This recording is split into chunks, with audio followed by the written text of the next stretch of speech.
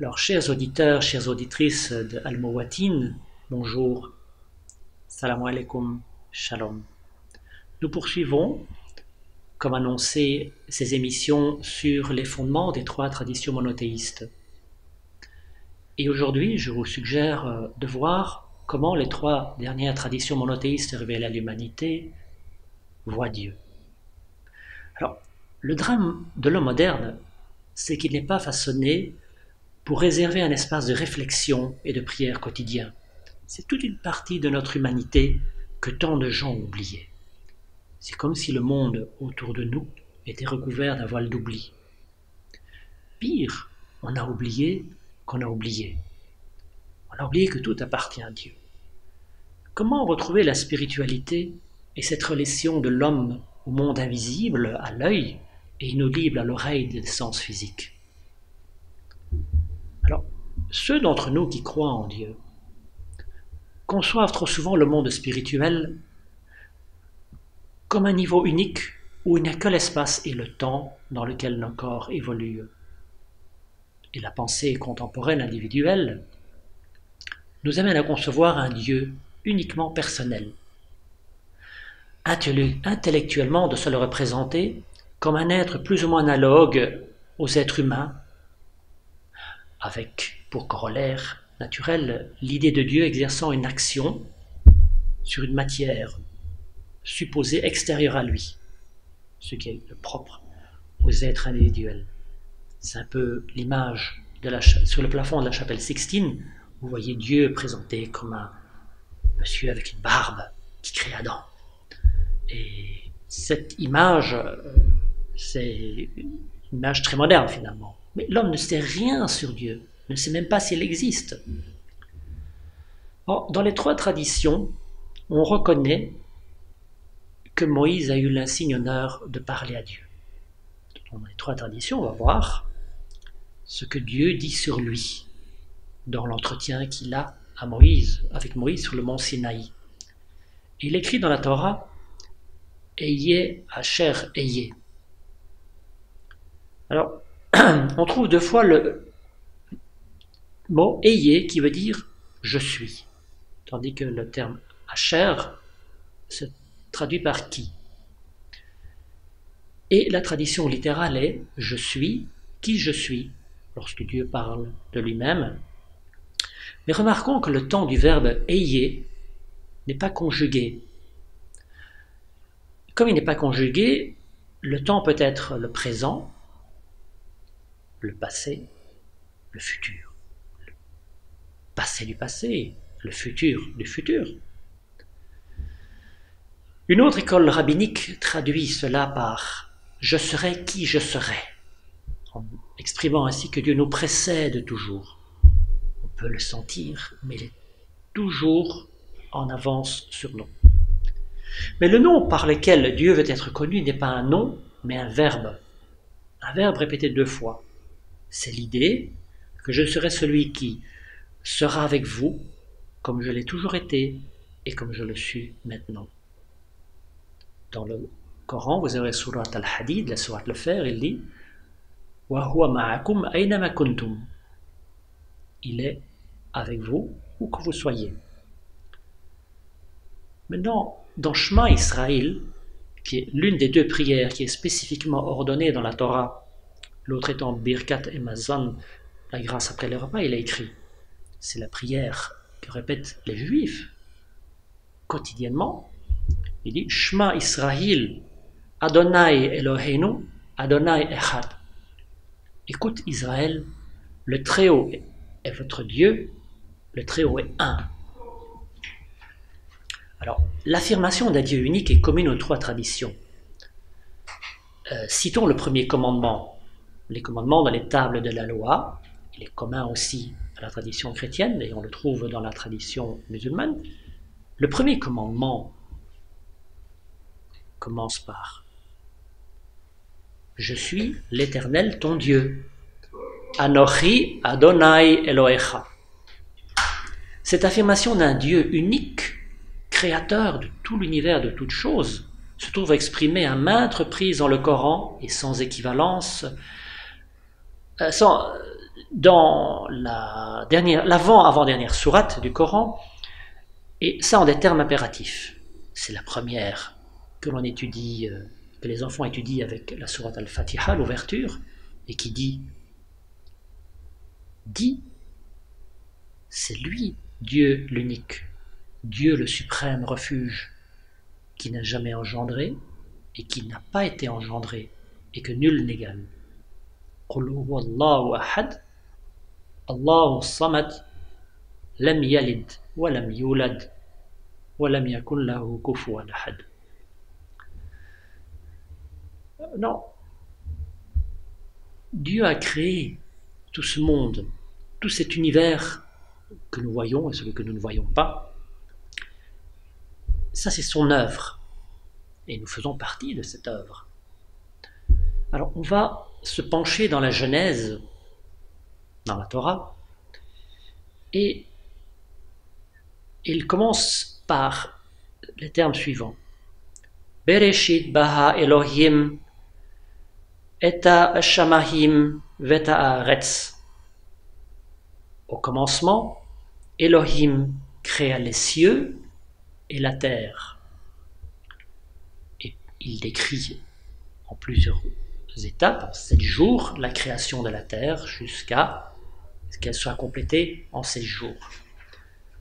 Ce texte est fondamental pour le judaïsme et pour le christianisme, et on le trouve également dans la tradition musulmane. Et il a créé les cieux et la terre en 7 jours.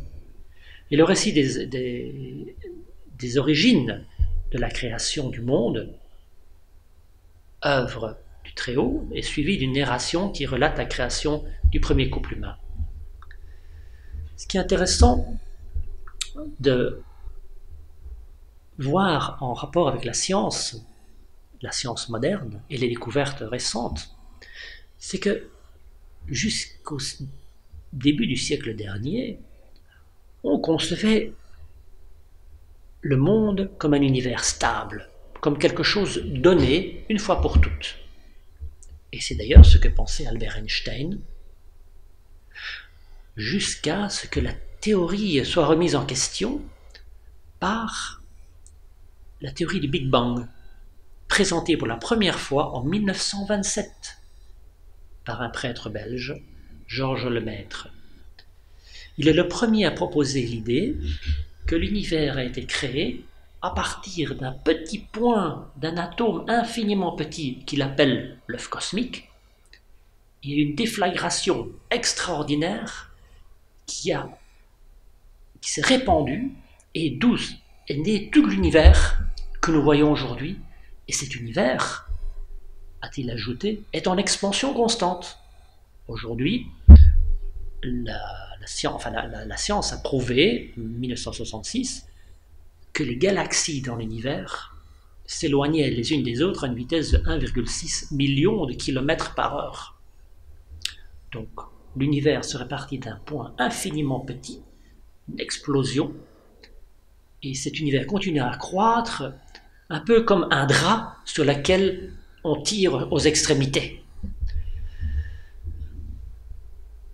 Et si vous allez sur Internet, il suffit de taper fond diffus cosmologique et vous allez voir les images de ce que les missions Planck et WMAP ont retrouvé de la lumière fossile dans les premières centaines de milliers d'années qui ont suivi le Big Bang.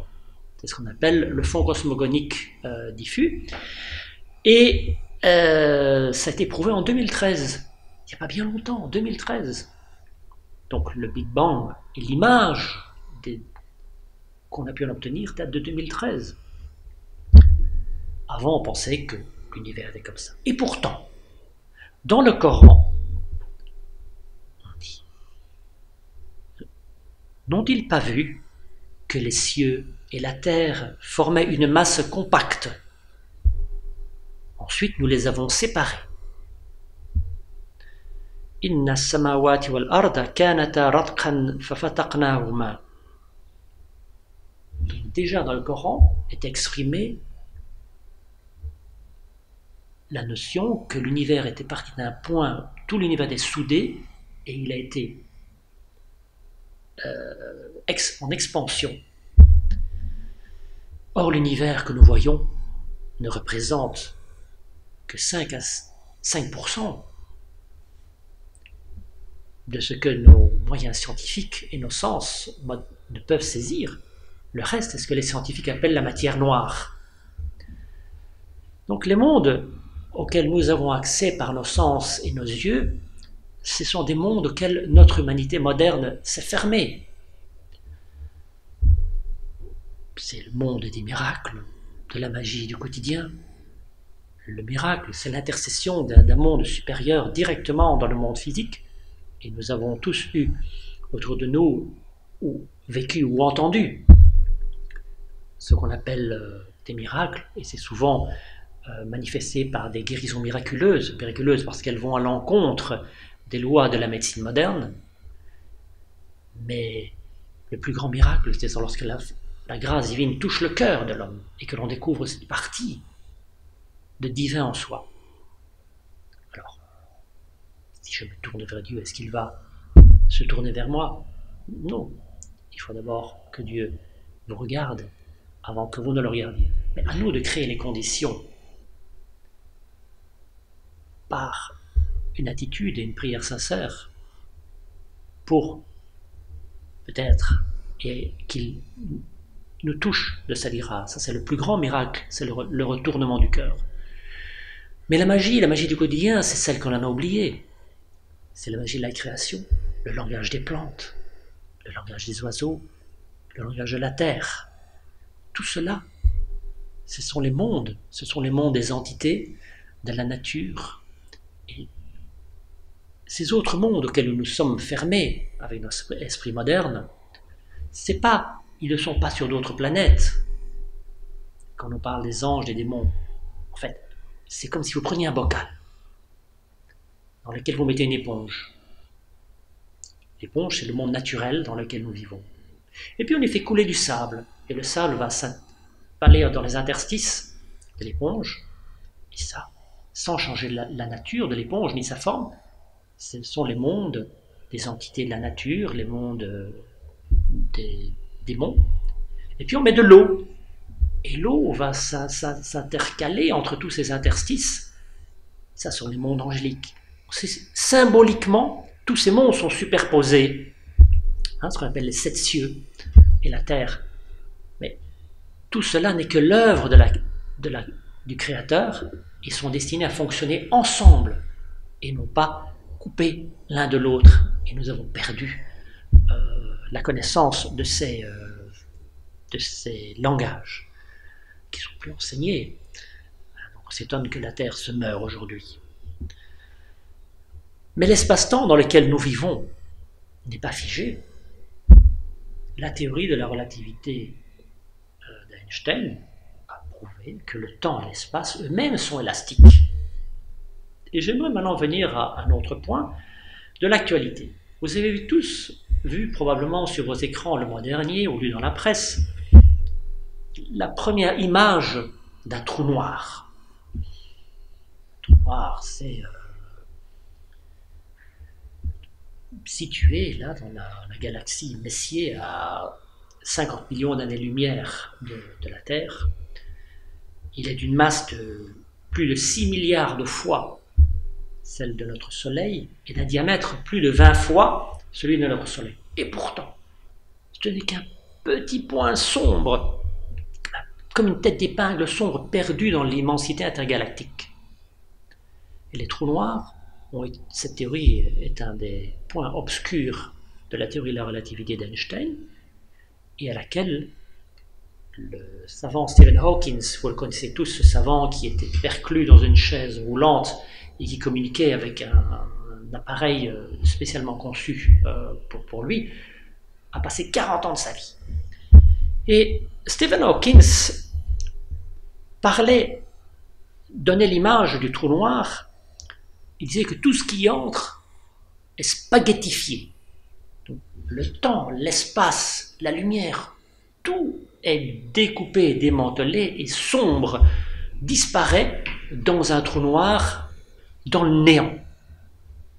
Et un des scientifiques qui s'exprimait dans l'une des 6 conférences données simultanément sur la planète à l'occasion de la présentation de ces découvertes, disait, je le cite, « On a l'impression de voir en face de soi les portes de l'enfer », disait Heino Falk de la Radboud University à Nijmegen, et de poursuivre, « On voit ici la fin de l'espace et du temps ».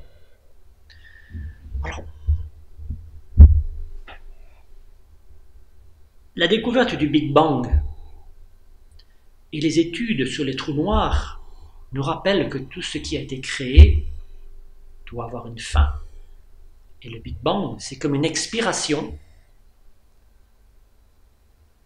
Quant au trou noir, c'est l'image du mouvement d'inspiration, de contraction et de retour à l'atome primal. Dans le Coran, on parle de ce jour immense. Il est dit, il fera de la terre entière une poignée, et les cieux seront pliés dans sa main droite. Gloire à lui, il est au-dessus de tout ce qu'il lui associe. En arabe, وَمَا قَدَرُ اللَّهَ حَقَّ قَدْرِهِ وَالْأَرْضُ جَمِيعًا قَبْضَتُهُ يَوْمَ الْقِيَامَةِ وَالسَّمَاوَاتُ مُطْوِيَّاتٌ بِيَمِينِهِ سُبْحَانَهُ وَتَعَالَى عَمَّا يُشْرِكُونَ.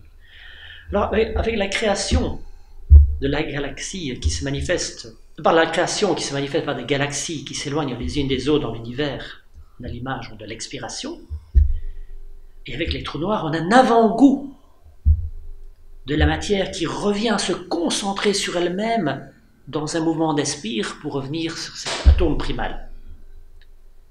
Et si vous prenez les évangiles, dans l'évangile de Jean, il dit,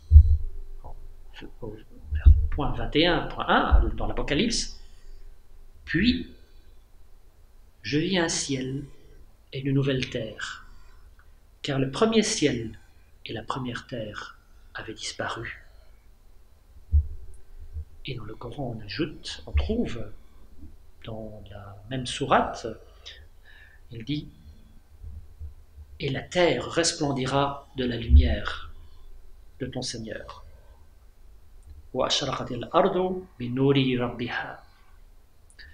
Alors, c'est le jour du jugement dernier, dans la tradition chrétienne, le Yom Adin, dans la tradition juive, Yomul Qiyamah, dans la tradition musulmane. Donc, nous avons fait un tour ici, de façon un peu réductrice peut-être, de la création de tout cet univers et ces différents niveaux que nous voyons et que nous ne voyons pas, les 7 cieux, les 7 terres, et le retour à celui qui a créé tout cela, dans ce qu'on appelle le jour du jugement dernier. Voilà. Alors, je pensais à une prière. Je dis, Seigneur, aidez-nous à apprendre de vous et sur vous par différentes voies. Nous avons appris sur vous par la voix de vos prophètes et des écritures que vous avez inspirées. Et on apprend sur vous en utilisant la raison et la logique dans l'usage de la méthode scientifique pour explorer plus profondément l'univers que vous avez créé et que vous continuez de créer. Vous êtes le Seigneur, la vérité de tout ce qui est vrai et véridique.